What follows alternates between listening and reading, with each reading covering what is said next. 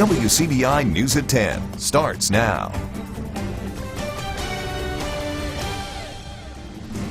Thanks for joining us tonight at 10. The United States Labor Secretary is visiting the Magnolia State to see how the state and business are teaming up to train a better workforce. Courtney Jackson has more from the tour of the Continental Tire facility. Tire production won't start on the Hinds County site till the start of next year. A ticker is keeping the countdown inside the new training facility, and today it's being viewed by the U.S. Labor Secretary. In production January 2020, so less than a year. Governor Phil Bryant has frequently made this brag. There were states all across the United States and countries all around the world that were hoping to get this plant. And I'm proud to say today, Mr. Secretary, Continental chose Mississippi. But Labor Secretary Alexander Acosta says there's a key reason for that selection. And so much of that answer is the support of the governor and the governor's office and the support of community colleges like Hinds. Hinds Community College now has some graduates who once interned with Continental who are now employees because they got in on the targeted training early. They have gone out to their business partners and asked, what do you all need? We call it demand-driven education, education that responds to the demands of the workforce. Some of the employees who helped give Friday's tour are former Hinds students who have since trained in the Continental plant in Mount Vernon, Illinois. So you built this. They were also able to show off the technology available while giving a sneak peek of the plant layout via virtual reality. And a drone helped give an idea of the scope of the project. You get to see it all over the country, but this is so important to Mississippi. But to see these new plants coming up all across America, It changes lives. Yeah, absolutely. Secretary Acosta stressed how he'd like to continue to see more students exposed to options for career paths, whether that starts with a 4-year degree or targeted skills training like they'll continue providing at this facility. Courtney Jackson, WCBI News. Less than 100 positions are filled right now, but by 2028, they expect to be employing more than 2,400. Legislation moving through the state capitol could bring tax revenue to Lowndes County. Right now, businesses located on airport grounds are not required to pay property tax. House Bill 1162 would reverse this law. This year, Lowndes County and the county school district lost hundreds of thousands of dollars after the previously unenforced law came into the spotlight. State Representative Jeff Smith says that this could save everyone, including taxpayers, a lot of money.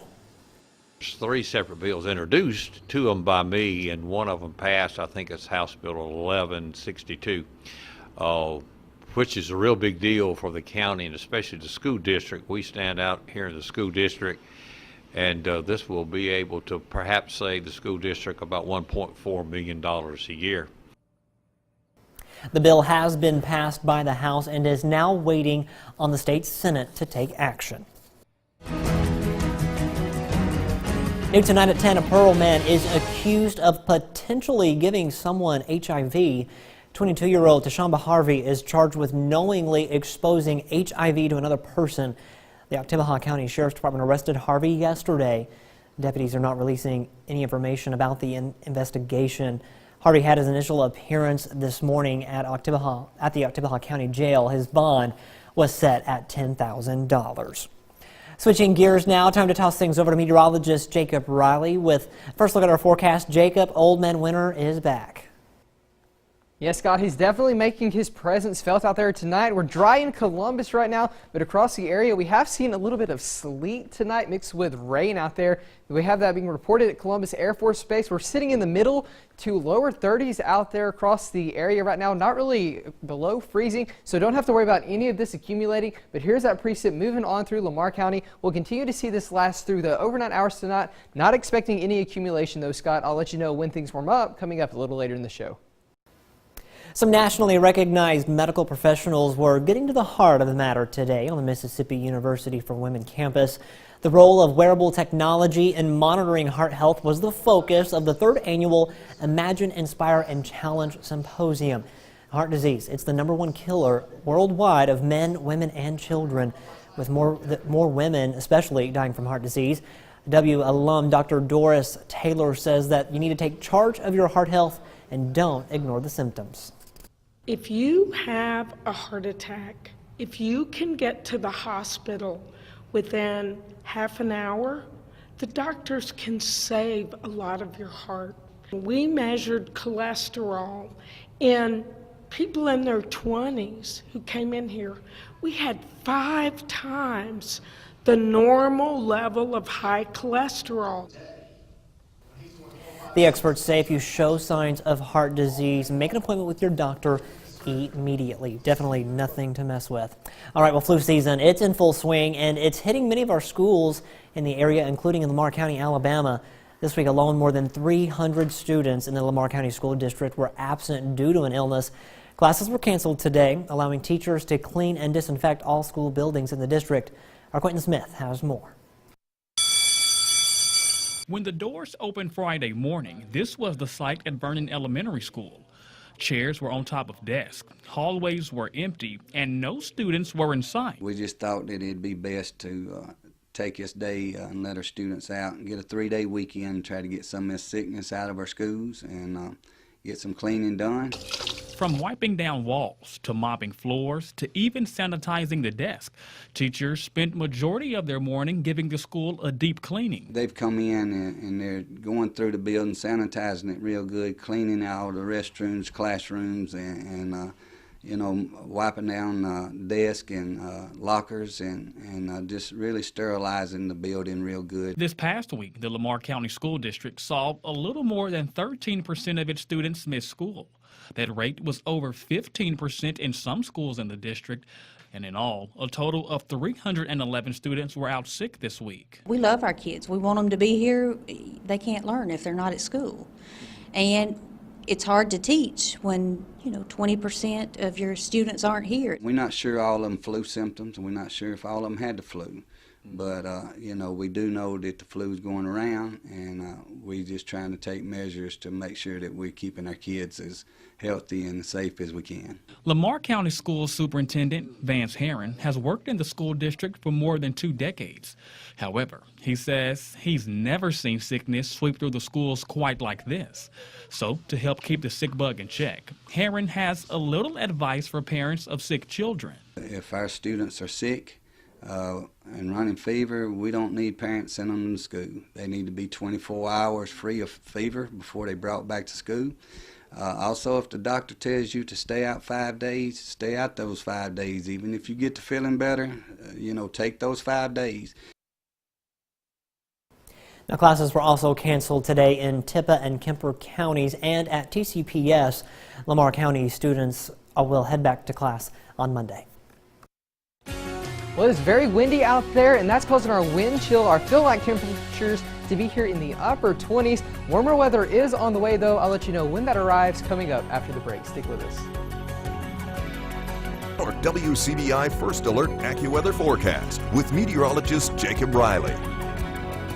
Well, good Friday night. We have had a little mixed bag of precipitation move through our area. Taking a look right now at your Alpha Insurance time-lapse camera here in downtown Louisville, you can see we have a few raindrops here on the camera lens. We did see a couple of those showers move through earlier, even dropped some sleet here in Starkville. This video here shows the sleet bouncing off of a wind chill here in Starkville earlier this evening. So special thanks to Emily there for sending that in. Our temperatures are above freezing across the area, especially where that is falling right now. So no need to worry about any slick spots out there on the road. However, we could have maybe 1 or 2 slick spots on bridges or overpasses, but we're not really concerned about any major travel impacts. There's that shower that moved through earlier, dropped some of the sleet, pretty much has fallen apart down here near Louisville as well. They're kind of just starting to fizzle out. We do have a lot of dry air into play with that today, and that's why these showers are just kind of raining themselves out. But taking a look at the bigger picture, it looks worse than what it actually is. Its bark is a lot worse than its bite with this system.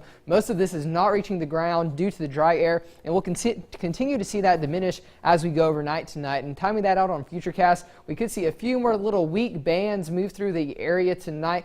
There at Saturday around 4 a.m. though, this particular model is showing it coming to an end for our area. And as we go throughout your day Saturday, we're actually looking like we could see some sunshine as we get in toward the afternoon hours. So that could help us warm up a little bit more tomorrow than what we were today. Right now though, forecasting a high of 49 degrees. If we do see some more of that sun though, we could be a little bit warmer there in the lower 50s for your Saturday. So we will top out at 53 in Carthage, 50 degrees there in Ackerman, 50 back here in Carrollton in Montgomery County. We are going to see those winds out of the northeast pretty strong tomorrow, around 5 to 15 miles an hour. Those are going to linger here in western Alabama, where we'll top out at 51 Aliceville, 49 degrees there in Vernon. No rain to worry about tomorrow. And again, we could see some more peaks of sunshine throughout the afternoon there. 49 Houston, 49 degrees as well in Calhoun City. Now, as we go on into the beginning of next week, this is Monday here, we will begin to warm up, highs going back into the middle 60s. But Monday night, we're going to see this cold front begin to pull through our area, bringing us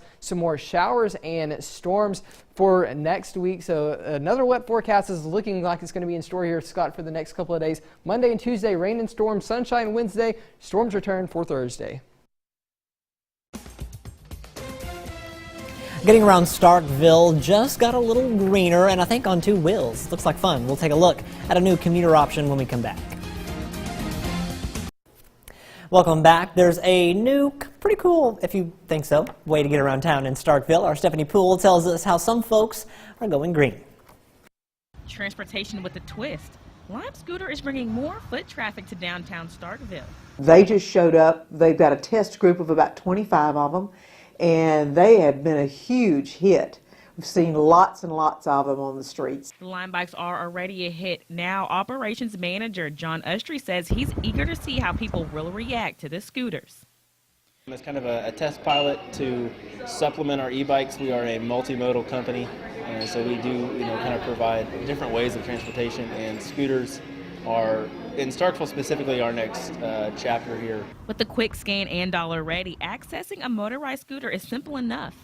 Mayor Lynch Burrell says they are useful and not an impediment to the already active smart transportation system. I think they give a level of energy that just makes it fun. So from that perspective, from a serious transportation, it certainly offers an alternative way to get around, and that's a wonderful thing. Whether it's older people or younger people, everybody seems to be excited about it. Reporting in Starkville, Stephanie Poole, WCBI News. For now, you can find the Lime scooters around the downtown area. Now, the decision to put the scooters on the Mississippi State campus is still up in the air. Well, Bulldogs softball back in action. It was cold, but the show must go on. Highlights to heat you up, rather, is coming up next in sports.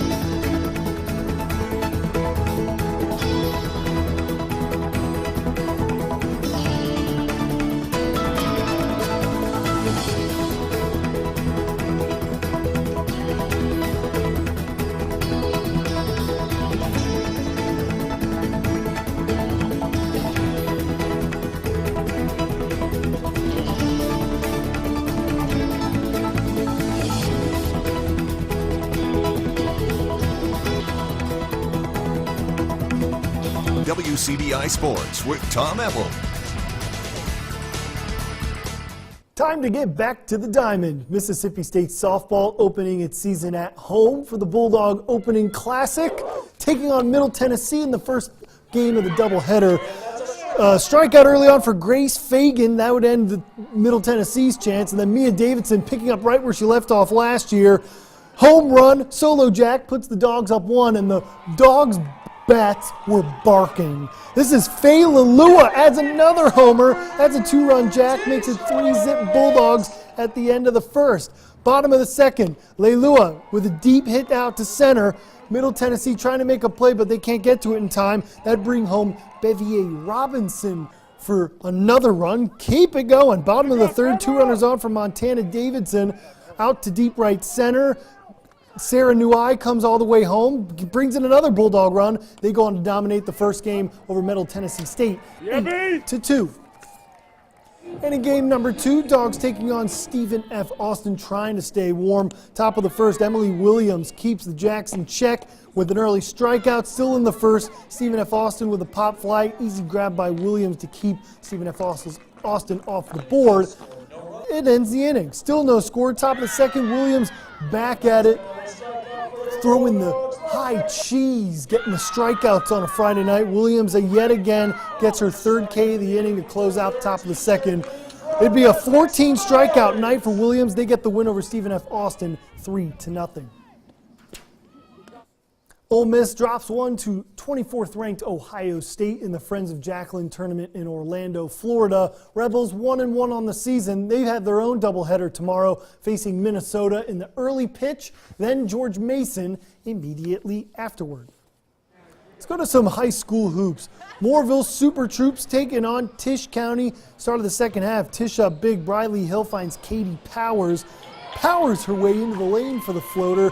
Lady Braves up by 25, and then later in the third, Powers swings the ball to Morgan Perkins, penetrates inside, and one, plus the contact. She'll take all 3 of those. Tisch rolling, but the Troops continue to battle. Lakeland Nichols finds Kara Hayes, top of the key triple, nothing but nylon, but the Braves were just way too much. Robin McMillan finds Perkins for 3, splasher. Tisch County gets the win 76-36. Running it back with the boys. Braves trying to spoil senior night for Mooreville. Jumping in the first. Braves with the trap forces a steal. Tavius Duckett takes it to the rack for the early lead for the Braves. And then keeping it rolling on offense. Cameron Cummins rolls to the rim. Head fake. Access denied by Javon Hadley. Close your eyes, kids. My goodness. We need a parental advisory on that one. But the Braves coming right back. Duckett to Connor Bonds with the corner triple. Tisch County would go on to roll to the W 64-48. Braxton Pritchard to Bond one more time for the triple. Continuing with high school hoops, Mantachi traveling to take on Tremont for some girls hoops. First quarter, Caitlin Adders finds Haley Robinson trailing for 3. Count all 3 of them. Eagles up by 3. Mustangs respond to McKinley Montgomery. To Joyden Truelove in the corner, breaks the press. Nice pull-up Jay to make it a 1-point ball game. Still in the first, Eagles ball. Robinson this time finds Aders in the high post for the jumper. Eagles take a 3-point lead. Student section loving it. And the Eagles ball one more time. Robinson to Faith Norris for the bucket. Tremont gets the win over the Tatch, 60-38. And on the boys' side, Tremont picks up the win 60-53 over Mantachi. It'll be Eagles versus Eagles in the first round of the district tournament. Tremont taking on TCPS on Tuesday. Caledonia's Tanner Holly joins the long list of area talent going to continue their football career. The Fed senior signing with Belhaven University. Holly says he sees similarities in the Blazers football program and Caledonia. I really like the coaching staff down there, and I feel like their program's kind of like Caledonia's is coming up, and it's going to be pretty special in the next couple of years, and I want to be a part of that. He's been a blessing to our football program this first year for my staff and myself to get to know him and his family. I couldn't be more happy for a kid just to have an opportunity to extend his career playing football, what he wants to do, and being able to go get a good quality education at Belhaven. I'm proud for him, proud for his family. South Pontotoc Maddie Pilcher also signed to go to our website, WCBI.com. That's it for sports. That's it for your weather, isn't it? Hillcrest Baptist Church in New Albany plays host to the 5th annual Night to Shine prom. The organization, founded by football star Tim Tebow, gives members of the special needs community a chance to experience a prom night just for them. Partygoers get the full experience, the red carpet, that nice limo ride there, or a carriage ride, food, pictures, and of course, a night of dancing. Organizers say that this night means a lot to both the participants and the volunteers.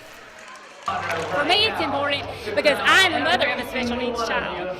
And they are special, and just like he is saying right now, everybody's a king, and they're all king and queens, and they are loved by God just like all of us. And I think our eyes need to be open to they want love just like we do, and they want acceptance like we do, and it's just a night to celebrate them for who they are. They spend their life on the outside looking in, and this is a night where they don't have to do that.